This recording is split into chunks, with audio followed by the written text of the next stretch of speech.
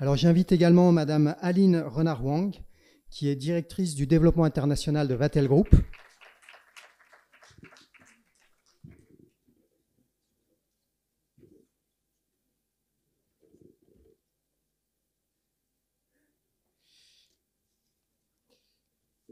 Et enfin, j'invite Elsa Furtado, qui est directrice des relations internationales de WorldSkills France.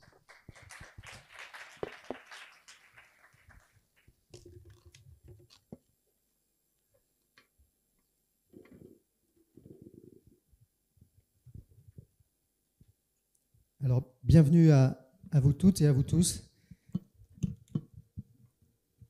Et merci beaucoup pour votre présence ici. Alors, je vais proposer de démarrer cette discussion avec Madame Rose Bakri, donc, qui est Chief Operating Officer du groupe Vatel, qui est le deuxième... pardon, de Louvre Hôtel, excusez-moi, c'est l'émotion. Vraiment, je suis navré. Louvre Hôtel est donc le deuxième groupe mondial hôtelier, avec un réseau de 1700 hôtels, vous m'avez dit, et à peu près une soixantaine de pays. Et notamment, à ce titre, vous êtes présent dans de nombreux pays africains et d'Afrique francophone. Et donc, en tant qu'opérateur, évidemment, vous employez de très nombreux salariés, du manager d'hôtel aux ouvriers ou employés qualifiés. Et néanmoins, vous m'expliquez dans la préparation de ce panel que seuls 10 à 20% de vos salariés sont effectivement, possèdent un diplôme dans le domaine de l'hôtellerie et du tourisme, ce qui reflète une certaine difficulté à recruter et à avoir des personnes compétentes. Est-ce que vous pouvez nous en dire plus? Pourquoi toutes ces difficultés? Alors, bonsoir, bonjour à tout le monde. Effectivement, les difficultés de recruter, c'est pas parce que nous sommes deuxième groupe mondial ou un petit hôtelier. Les difficultés des métiers de l'hôtellerie reposent sur deux axes. D'abord, les amplitudes horaires qui sont exigées dans notre profession, et une forme d'attractivité. Il y a un problème d'attractivité de la profession qui est structurelle, on va dire. Souvent, 80% de nos équipes font ça en tant que job étudiant, en parallèle de leurs études. Ils vont venir pour gagner un peu d'argent et financer leurs études, ou prennent cette option un peu par défaut. Très peu choisissent de se former au métier de l'hôtellerie. Et donc, la question de la formation à l'industrie hôtelière est une vraie question, une vraie problématique que nous observons en Europe dans une moindre mesure, on va dire, mais en Afrique, effectivement, que nous observons du fait de, déjà, probablement, l'accès, la disponibilité et l'offre de formation qui n'est pas suffisante, les coûts de la formation qui sont qui peuvent être rédhibitoires, parce que ces professions attirent une certaine population, des classes moyennes qui seraient capables de financer les études de leurs enfants à l'étranger, entre payer des études à Cornell ou en Suisse et leur dire va faire ingénieur, fais des affaires, étudie la banque. Ils vont privilégier des métiers qu'ils considèrent un peu plus nobles, quand les familles peuvent investir elles-mêmes. Et donc les personnes qui viennent travailler dans les hôtels, dans l'industrie hôtelière, l'industrie du service de manière générale, souvent ils viennent par initiative personnelle et non forcément encouragés par leur famille. Et souvent, ce que nous observons, que même quand vous avez des parents hôteliers, très peu vous encouragent à faire les métiers qu'ils font. Hein. Donc, il y a une forme d'attractivité qui manque et d'accessibilité à des formations de qualité. Le coût de cette formation, comment on la finance. Et la problématique réside principalement en Afrique, dans ce que nous observons, le manque de nombre d'écoles hôtelières. Je sais pas, quand on préparait le panel, j'avais promis que j'allais regarder les statistiques, combien d'écoles d'hôtellerie il y a dans les pays développés par rapport à des écoles d'ingénieurs ou même des écoles d'infirmières, et de comparer ces chiffres à ce qu'il y a. Malheureusement, je n'ai pas trouvé les chiffres, mais ça serait des approches très intéressantes à regarder. Combien l'offre, indépendamment de la demande, l'offre en formation hôtelière est minime par rapport aux besoins du secteur. Et pour rebondir sur ce que vous disiez sur l'attractivité de ces professions, la place des femmes dans ces métiers est très importante, et souvent avec la difficulté de concilier une vie familiale et une vie professionnelle avec des horaires décalés. Vous m'avez parlé d'une initiative que vous avez menée qui s'appelle Family Day. Est-ce que vous pouvez nous en parler un petit peu plus? Tout à fait. Bon, vous voyez, hein, là, sur le premier panel, on est plus de femmes que d'hommes. Hein ça en dit quelque chose. Les métiers d'hôtellerie, moi je fais beaucoup de similitudes aussi avec les métiers hospitaliers, hein, les études d'infirmière. Ça attire pas mal de femmes et nous avons observé dans certaines de nos localisations que ça n'a pas forcément une bonne connotation de travailler dans un hôtel. Hein, pour une famille, laisser sa fille travailler dans un hôtel, c'est quoi? Qu'est-ce que tu vas faire dans l'hôtel? Ils ne connaissent pas qu'est-ce qui s'y passe. Ou s'ils ont une représentation, ils ont une réputation souvent erronée et déformée.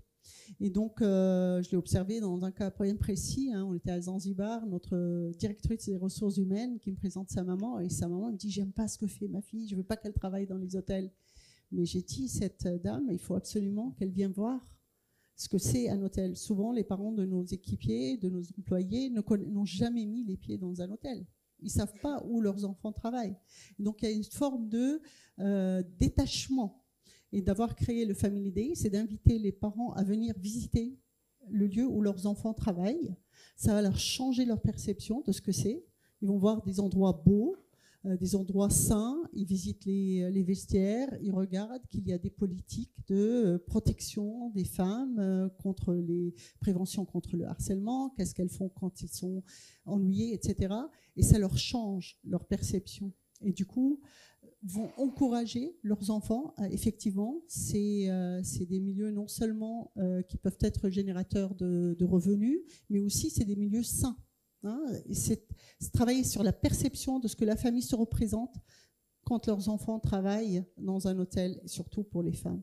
Et donc, c'était cette initiative où on fait toujours les journées des employés, mais là où on ouvre les portes, on invite le partenaire. Et quand vous avez la solidarité familiale, vous savez, les gens, ils vont aider leurs enfants à mieux réussir dans leur carrière. Ils vont accepter qu'ils fassent des sacrifices pour croître leur carrière et s'investir davantage.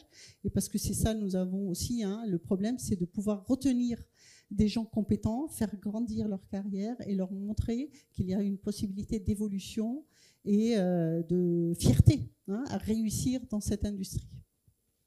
Très bien. Alors, on a la chance d'avoir Monsieur le Ministre avec nous. Et donc, j'ai envie de vous demander, on lui donnera la parole pour clôturer et rebondir sur les différents enjeux du panel. Mais pour vous, en tant qu'opérateur, qu'est-ce que vous attendez des pouvoirs publics pour favoriser le développement de ces filières et l'attractivité de ces filières en Afrique de l'Ouest? Alors, c'est marrant parce que avant-hier, j'avais préparé cette réponse différemment. Et ce matin, avant de venir, j'ai écouté Margaret Thatcher qui est passée sur un fil d'actualité qui dit « Si vous attendez de l'État tout, l'État prendra tout. Hein ». Donc, j'ai envie de dire « On n'attend rien. Hein ». Mais c'est vrai, blague à part, ce que nous attendons des États énormément sur justement la proposition, on parlait un peu plus tôt d'infrastructures, hein, on parlait d'infrastructures, d'avoir des hôpitaux, d'avoir des routes ou du transport public pour que nos équipes puissent aller et venir à toute heure de la journée, qu'elles puissent se rendre à leur travail et repartir en sécurité, des infrastructures de transport basiques et évidemment des écoles, des formations, des écoles qui sont réputées et qui donnent envie, et aussi une forme de sponsoring, on va dire, d'attractivité des métiers de l'hôtellerie. Tout à l'heure, je me demandais à Laura s'il y avait un syndicat des hôteliers pour attirer, aspirer les gens à venir travailler dans l'hôtellerie. C'est pas l'État, peut-être c'est les syndicats d'hôteliers qui doivent faire promouvoir l'attractivité des métiers de l'hôtellerie. De l'État, on attend surtout de la formation et puis des infrastructures. Moi, je dirais, on commence par le basique. avoir des routes pour que les gens qui travaillent dans les centres-villes où nos hôtels sont présents et qui habitent des fois à 2 heures, comment ils font pour aller et venir. Nous, on se substitue beaucoup. On fait de la formation in-house. Des fois, on transporte nos équipes dans leur localité, mais voilà. Merci beaucoup. Ça va me permettre de passer la parole à Madame Aline Renard-Wang, donc directrice du développement international chez Vatel Group. Donc, Vatel est le premier groupe mondial de formation en management hôtelier, avec une 50aine de campus dans le monde et une dizaine en Afrique. Donc, peut-être je vais vous laisser présenter un peu plus les filières de formation du groupe. Et puis, je crois que vous avez une petite annonce à faire sur la Côte d'Ivoire. Alors, je vous laisse la parole. Merci, bonjour à tous, toutes et tous. Effectivement, Vatel, nous sommes un établissement d'enseignement supérieur privé, un groupe familial créé il y a un peu plus de 40 ans, en 1980 en France. Le siège est à Lyon. Moi-même, je suis basée à Lyon et donc en charge du développement international de l'école. La formation proposée par Vatel, c'est une formation d'enseignement supérieur de niveau Bac+3, Bac+5. Donc, en fait, nous sommes une business school, une école de commerce appliquée à l'hôtellerie et au tourisme. Donc, nous formons des jeunes bacheliers à devenir directeurs d'hôtel et en attendant de devenir directeur d'hôtel, passer par tous les métiers de l'encadrement de l'hôtellerie, de la restauration et du tourisme. Donc comme vous le disiez, Vatel, aujourd'hui, c'est 5 écoles en France et 50 écoles dans le monde. Nous nous appuyons sur des partenaires pour déployer localement notre programme. L'objectif étant de former les jeunes dans leur pays, justement, pour, d'une part, éviter potentiellement le coût d'études à l'étranger et d'autre part, de contribuer localement à la mise en place d'écosystèmes et de favoriser aussi le développement de l'emploi et les opportunités locales.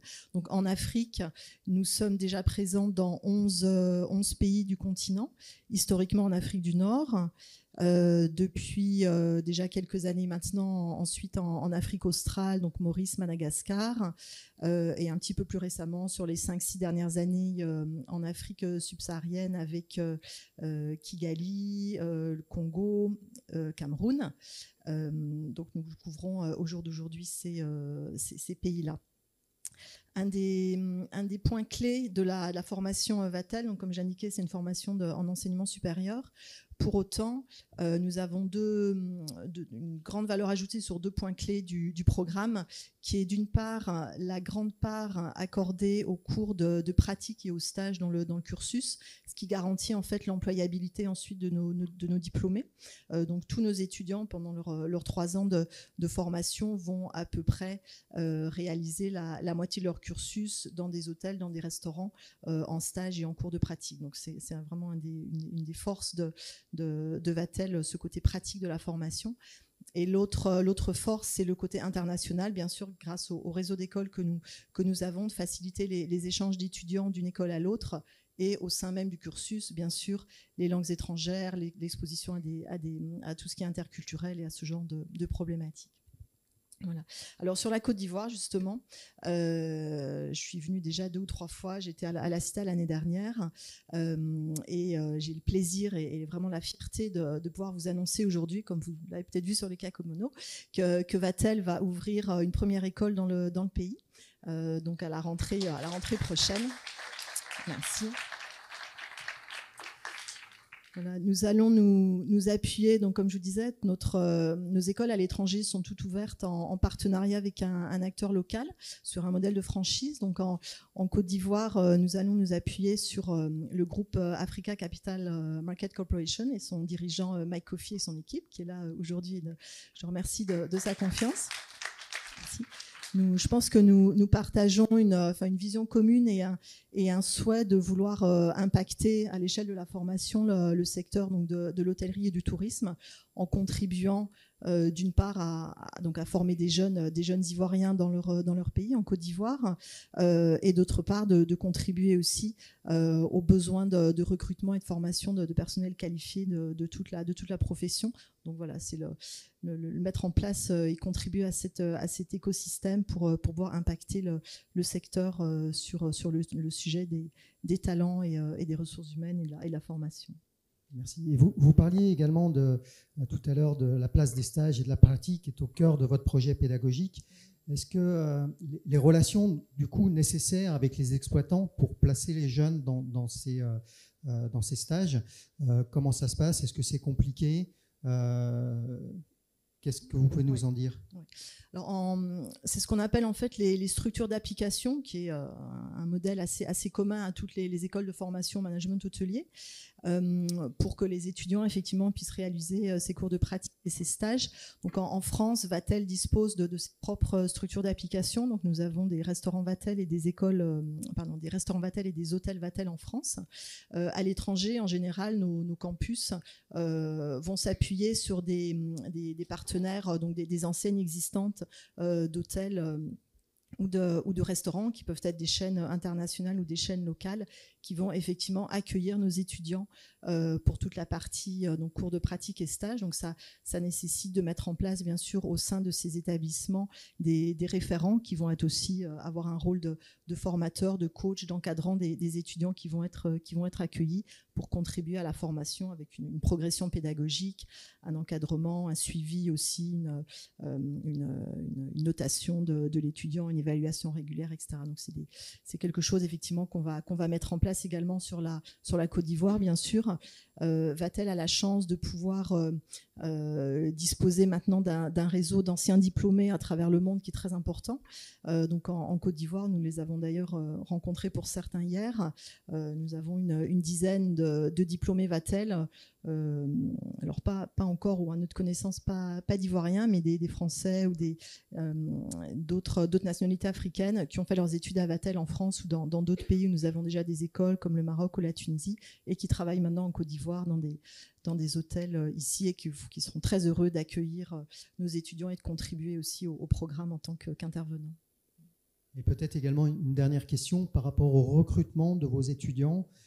Quelles sont les difficultés que vous rencontrez ou pas pour attirer les jeunes dans ces filières, même au niveau du management?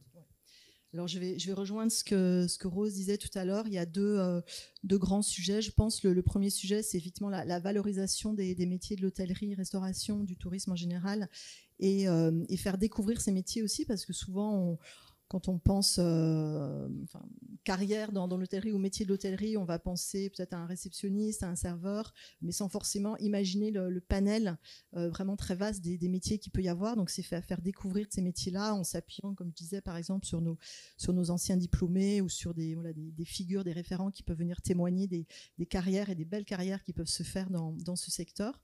Donc ça, c'est le premier sujet, valoriser les métiers. Et l'autre sujet qui est le coût potentiel des études.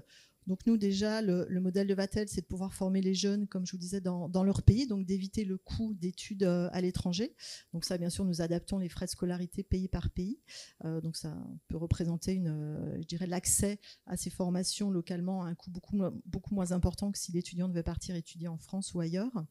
Et d'autre part, ce serait potentiellement de mettre en place, et ça c'est peut-être un sujet pour Monsieur le Ministre, un système qu'on trouve en France et dans quelques autres pays de l'apprentissage ou du financement des études par les professionnels, par exemple via des syndicats, un support public ou autre qui puisse permettre de contribuer au moins partiellement au financement des études. Merci beaucoup.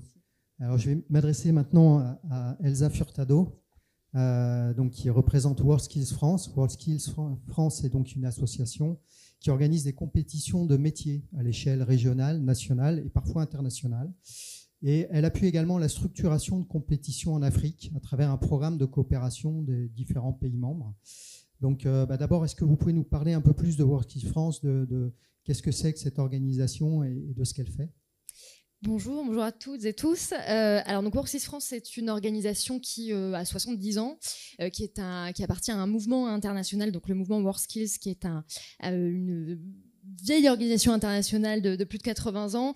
Et donc nous, à travers l'organisation donc de compétitions de métiers, on fait la promotion de la formation professionnelle.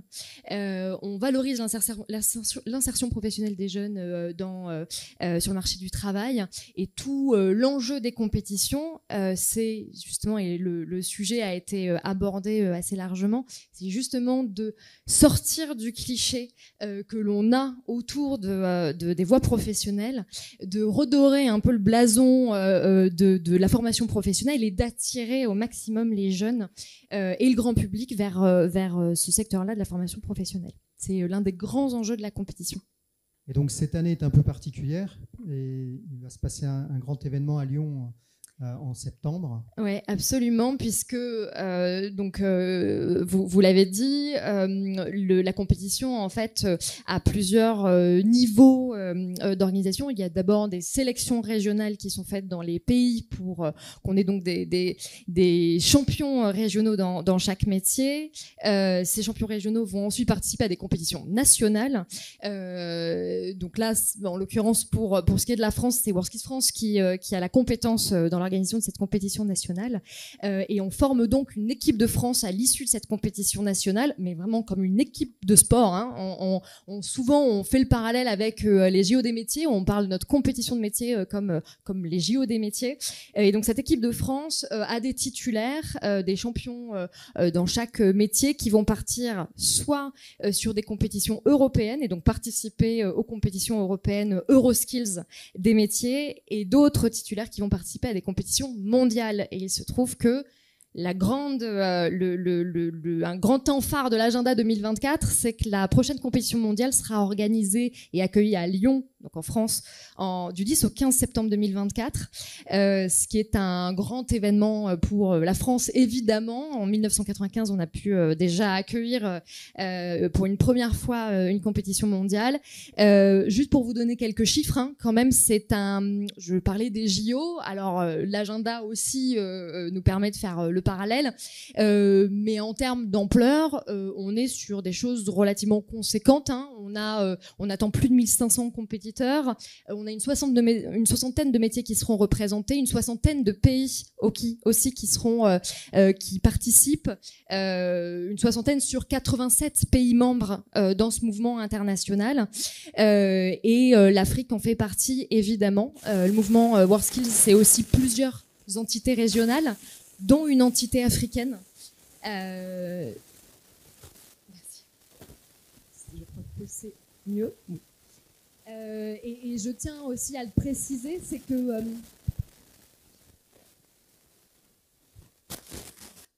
est-ce que ça va mieux? Ça va mieux. Donc WorldSkills Afrique existe de la même manière qu'il existe un WorldSkills Europe, un WorldSkills Amérique, un WorldSkills Asie, Moyen-Orient. Donc c'est un mouvement qui est présent sur tous les continents. WorldSkills Afrique vient d'être lancé officiellement en février dernier, hein, donc ce mois-ci. C'est une entité qui existe depuis un certain temps, mais dont le lancement officiel a vraiment eu lieu au siège de l'Union africaine, donc le 17 février à Addis Abeba, donc en Éthiopie. Et donc voilà, c'est important de le dire ici, parce qu'aujourd'hui le mouvement WorldSkills ne compte que 9 pays membres africains, qui sont majoritairement des pays anglophones, et c'est là tout notre enjeu à nous de coopération WorldSkills France avec la... Justement, vous avez un programme de coopération internationale pour appuyer et favoriser les compétitions dans les pays d'Afrique francophone. Est-ce que vous pouvez nous en dire un mot ? Oui, bien sûr. Et un programme de coopération plus large que le programme qu'on est en train de construire à destination des délégations africaines francophones prioritairement dans le cadre de notre compétition mondiale qui aura donc lieu à Lyon en septembre 2024. Donc on est arrivé à 2 constats qui sont, encore une fois, que les pays africains qui font partie de ce mouvement international nationales sont vraiment majoritairement anglophones. Et un deuxième constat qui est qu'on reçoit, nous, des sollicitations constantes, permanentes, de la part justement de pays africains francophones. Et j'y inclus la Côte d'Ivoire, qui est revenue vers nous à plusieurs reprises pour qu'on les accompagne dans leur processus d'adhésion au mouvement et dans l'organisation de leur compétition nationale, puisque le ministère de l'Enseignement technique porte ce projet de créer une entité WorldSkills en Côte d'Ivoire et en fait le ministère de l'Enseignement technique organise des compétitions nationales en Côte d'Ivoire. De mémoire, je crois que il y a déjà eu 2 éditions d'une compétition nationale WorldSkills en Côte d'Ivoire. Malgré tout, la Côte d'Ivoire n'est pas membre encore du mouvement WorldSkills, mais elle expérimente déjà des choses en créant cette compétition nationale.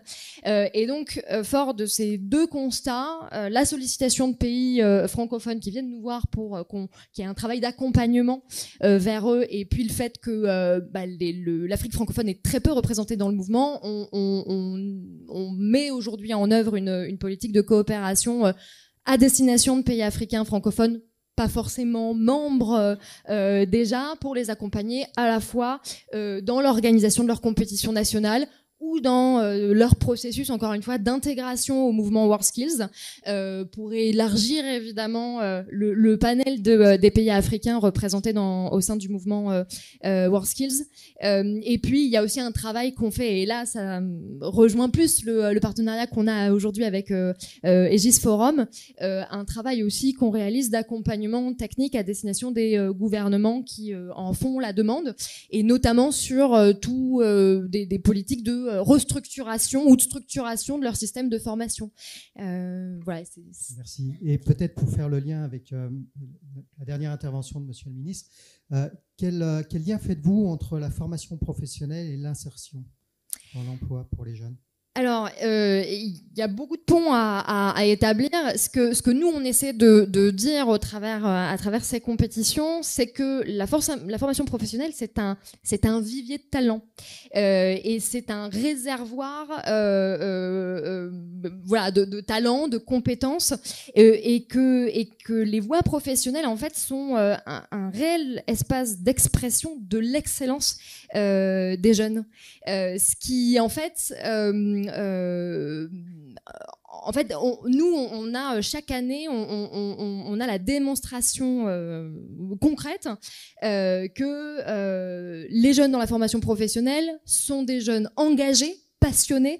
Il y a un investissement qui est mis dans la participation à ces compétitions de la part des jeunes et des compétiteurs qui est absolument incroyable et fascinante. En général, quand on se retrouve sur un dernier jour de compétition, donc sur des fins de compétition, voilà, je sais, Tanguy, vous en avez fait l'expérience, c'est un moment d'une force émotionnelle assez rare, parce que un compétiteur qui s'est préparé pendant 3 ans sur sa participation à une compétition, qu'elle soit nationale ou internationale, met toute son âme et tout son cœur. Et en fait, quand on voit ça, c'est la preuve que ces jeunes-là sont épanouis, que le métier qu'ils exercent les épanouissent pleinement et personnellement et professionnellement. Et ça, c'est un vecteur fort dans le processus de leur insertion dans la vie, dans la vie sociale, dans la vie professionnelle. Voilà, c'est beaucoup de messages, en tout cas, qu'on essaie de porter à travers ces compétitions, qui sont pour nous le levier parfait d'attractivité des jeunes et du grand public vers les filières professionnelles. Merci beaucoup. Alors, je vais m'adresser à Monsieur le Ministre, parce que beaucoup de sujets ont été abordés, et souvent les pouvoirs publics ont été interpellés sur comment mettre en place des politiques efficaces, notamment pour la formation, l'insertion des jeunes dans l'emploi sur ces métiers. Le secteur du tourisme et de l'hôtellerie, on l'a dit, est un gisement formidable de développement économique, mais également de débouchés pour les jeunes Ivoiriens. Donc pour vous, aujourd'hui, quelles sont vos priorités? Quelles sont les politiques publiques que vous avez menées ou que vous souhaitez mettre en place pour favoriser l'insertion, la formation, l'insertion des jeunes et améliorer le développement de ces filières? Merci beaucoup. Merci de nous avoir invités à ce panel important. Je voudrais dire que je parlerai aujourd'hui peut-être au nom de mon ministère, mais celui aussi donc, de mes collègues, de l'enseignement technique, donc du tourisme. Donc j'essaierai d'être assez transversal donc, sur la question et surtout qu'il y ait une synergie d'action gouvernementale donc, sur cette question. Peut-être commencer par dire que nous partageons pleinement le diagnostic qui a été fait, notamment la situation telle qu'elle a été décrite tout à l'heure. Puisqu'avec Voltaire, nous avons mené une étude donc, qui fait ressortir donc, ces points, l'inadéquation formation-emploi dans le secteur, le manque d'attractivité dans le secteur, mais qui peut s'expliquer. S'expliquer notamment, je parle du manque d'attractivité, par le fait que pendant longtemps, les jeunes étaient portés et aidés en cela par leurs parents, donc vers des métiers ou des secteurs élitistes. On voulait être médecin, avocat, etc. Je pense qu'en France, on a eu le même problème pendant longtemps. Et du coup, certains métiers, dans la perception des gens, apparaissent comme des métiers dévalorisants. Et donc, ça ne fait pas bien d'être femme de chambre, ça ne fait pas bien d'être caissier, ça ne fait pas bien, ainsi de suite.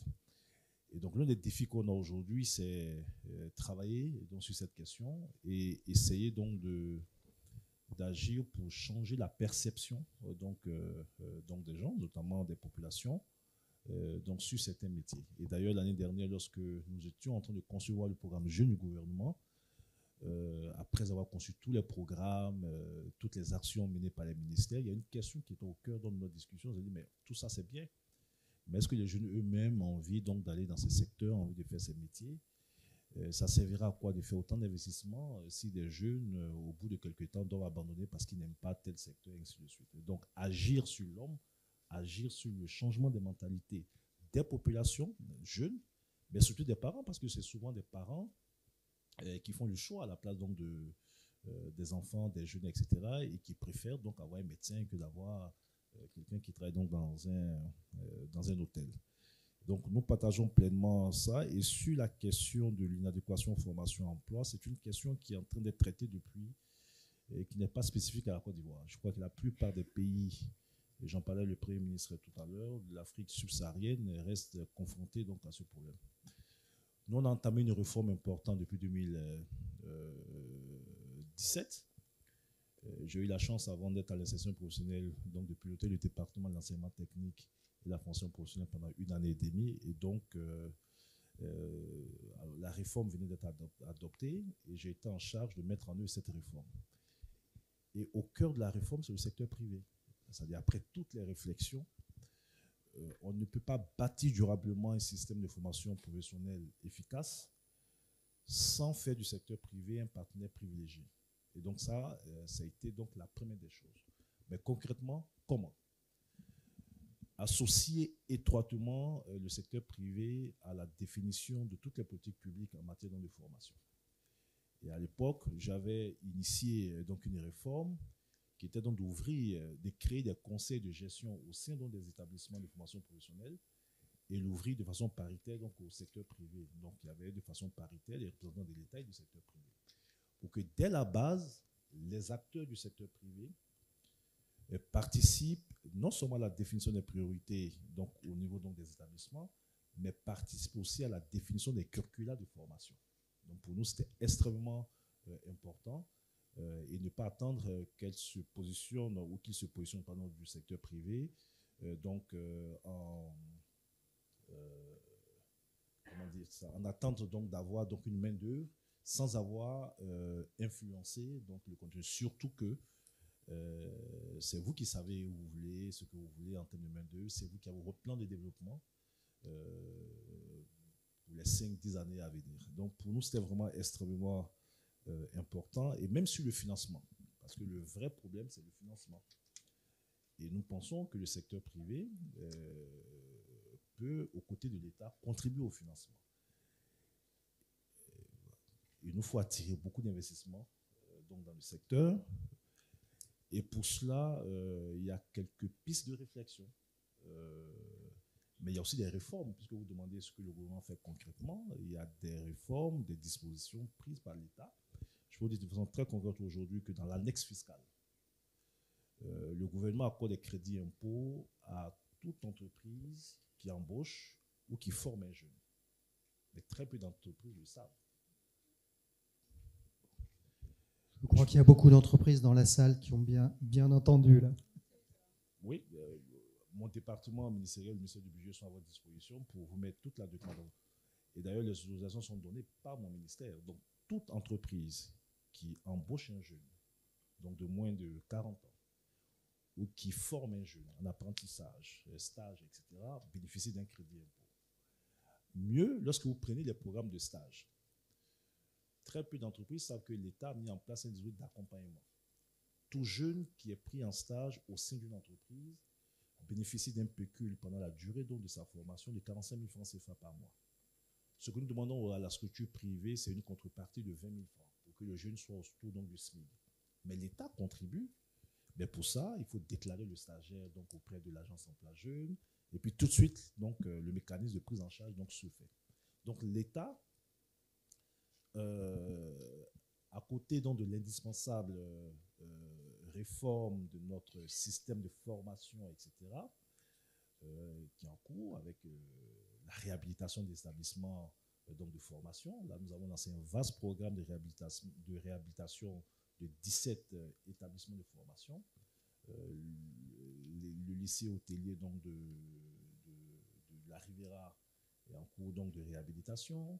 Nous avons pu, grâce à la coopération sud-sud avec le Maroc, et ça c'est à l'époque quand j'étais à l'enseignement technique, pu ouvrir donc, un établissement de lycée professionnel avec donc, des équipements de dernière génération à Yopougon, le lycée hôtelier Mohamed VI.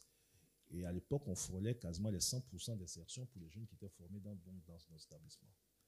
Après, il y a des formations de courte et moyenne durée.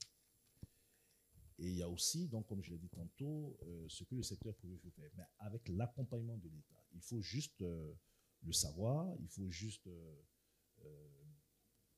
actionner donc, ces mécanismes donc, pour aider donc, à accompagner. Donc voilà un peu ce que je peux dire et de façon très concrète ce que nous faisons. Nous avons une stratégie nationale qui est sublime Côte d'Ivoire, qui fixe donc les objectifs. Nous sommes conscients donc des niches d'opportunités. La Côte d'Ivoire veut devenir un hub donc, dans le domaine donc, du tourisme et de l'hôtellerie. Nous savons donc le potentiel d'emploi à créer, mais ce n'est qu'un potentiel. Il faut maintenant former des jeunes donc, qui soient donc, et pour nous, le marché va au-delà de la Côte d'Ivoire. Parce que lorsqu'on regarde aujourd'hui toutes les crises qu'on a dans la sous-région, l'idée, c'est de pouvoir même former le maximum de jeunes dans notre pays suffisamment compétents pour répondre donc, aux besoins des main-d'œuvre, même dans la sous-région. Donc, on voit un marché beaucoup plus large que le marché ivoirien. Mais je retiens donc, retenons que le secteur privé donc, doit jouer un rôle clé. Il faut beaucoup d'investissements, même dans l'intérêt donc, de ce secteur privé qui s'installe, mais savoir aussi que l'État donc, a pris un minimum de dispositions, donc des avantages fiscaux, l'accompagnement donc, à travers la prise en charge donc, des jeunes qui sont formés. Il faut maintenant que la synergie d'action secteur privé-État puisse se faire. Nous, ce que nous avons réglé déjà, c'est la synergie d'action non gouvernementale. Et là, mon département a proposé la création d'un comité interministériel présidé par le Premier ministre. Vous avez justement tous les ministères donc, sectoriels sur les questions de formation et insertion professionnelle qui se retrouvent autour du premier tous les 3 mois, justement pour qu'il y ait donc, une meilleure synergie d'action, une interaction entre différents ministères. Avec le ministère du Tourisme, par exemple, à l'occasion de la Cannes, on a lancé de façon conjointe la formation de 1200 jeunes. Et ces jeunes se sont retrouvés dans des hôtels pendant la période de la Cannes. À partir de l'étude qui a été faite par Voltaire, nous allons, dans les prochains jours, faire un interministériel avec l'enseignement technique, l'enseignement supérieur, le ministère du Tourisme, etc., pour regarder ensemble les conclusions et voir donc, ce que nous pouvons faire. Donc l'État essaie d'avancer, mais on ne peut pas avancer seul. Il faut un vrai partenariat avec le secteur privé. Mais merci beaucoup. Merci beaucoup. Merci pour cet éclairage, Monsieur le Ministre. Peut-être comme il reste un tout petit peu de temps, si c'est le temps des questions.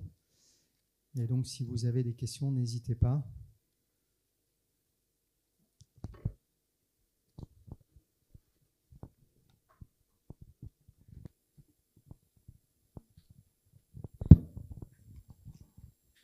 Bonjour, Jean-Léon Holo de Fedel Invest.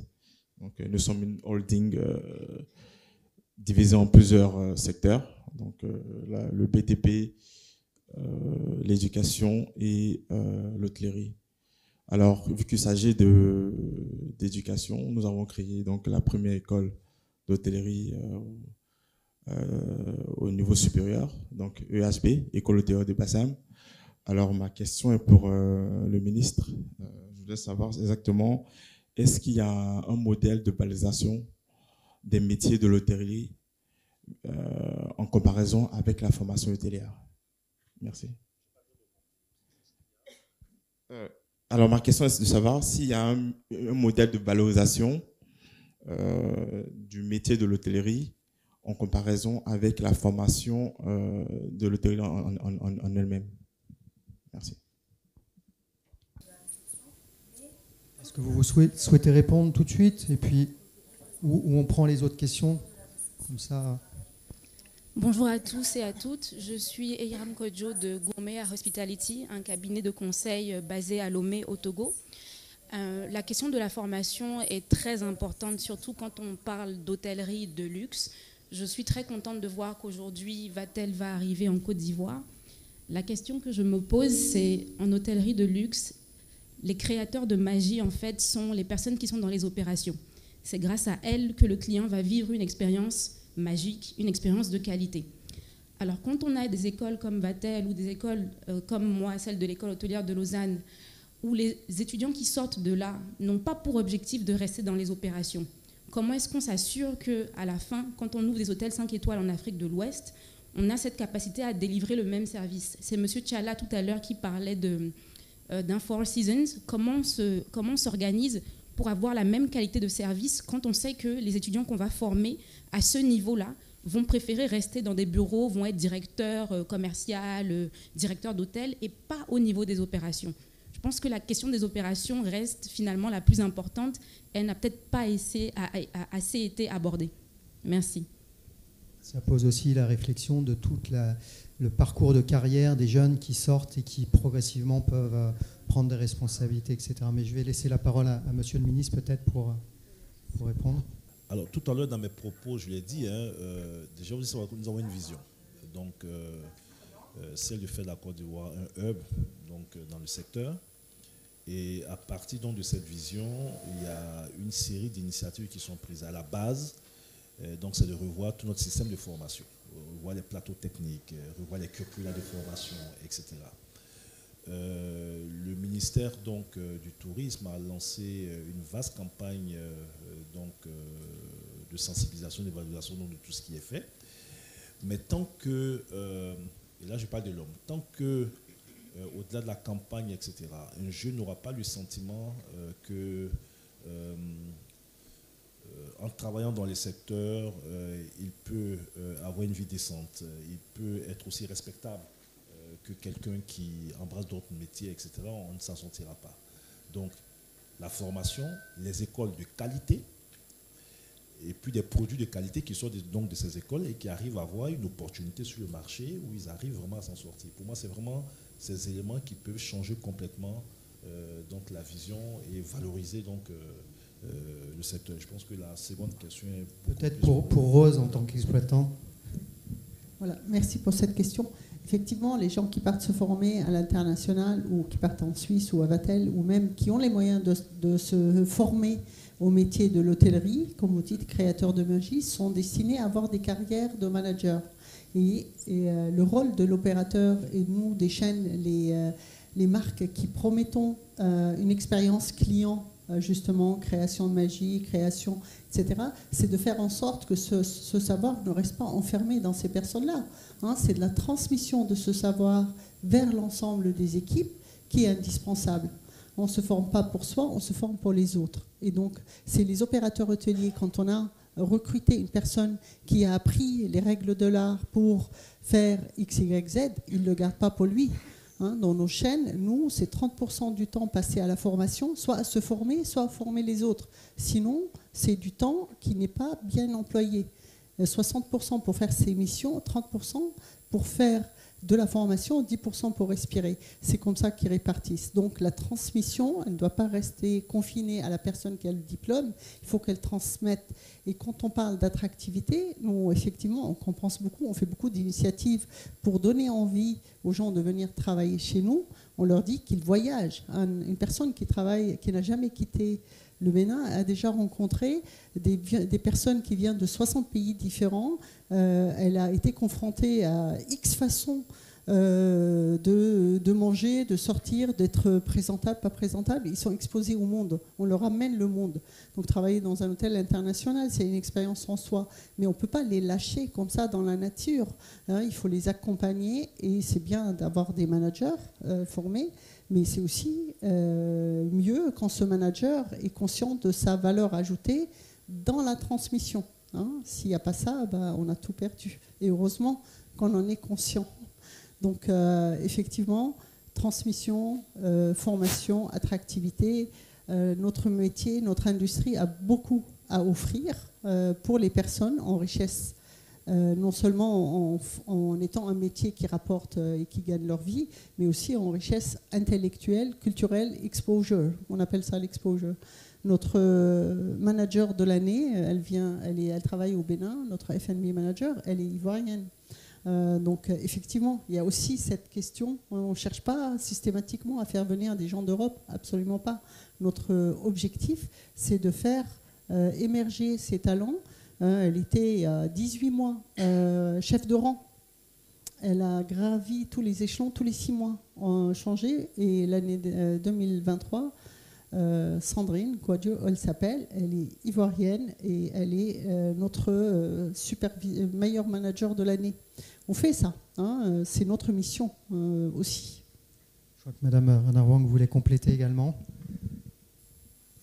Merci. Oui, juste pour compléter par rapport à votre question sur les opérations et comment faire en sorte que les jeunes formés restent ensuite un petit peu sur le terrain, en fait, dans les hôtels et n'aillent pas s'enfermer dans des bureaux. Je pense que c'est aussi susciter, on en revient un petit peu à ça, susciter des vocations et puis travailler le côté passion du métier aussi, parce que quand on est en opération, il y a le côté, vous êtes face à face en général avec le client, c'est très gratifiant, vous avez directement le feedback de vos clients, que ce soit des remerciements, des commentaires, un pourboire, enfin peu importe, ça peut prendre différentes formes, mais il y a vraiment ce côté gratifiant immédiat que vous voyez quand vous êtes en opération, qui est ce côté, je pense, qui rend le métier vraiment passionnant, alors excitant, fatigant peut-être aussi, mais je pense que c'est ça qu'il faut travailler aussi et valoriser et mettre en avant, voilà, par des témoignages, des figures, des rôles modèles ou autres pour faire ressortir ce côté-là et l'attrait des métiers opérationnels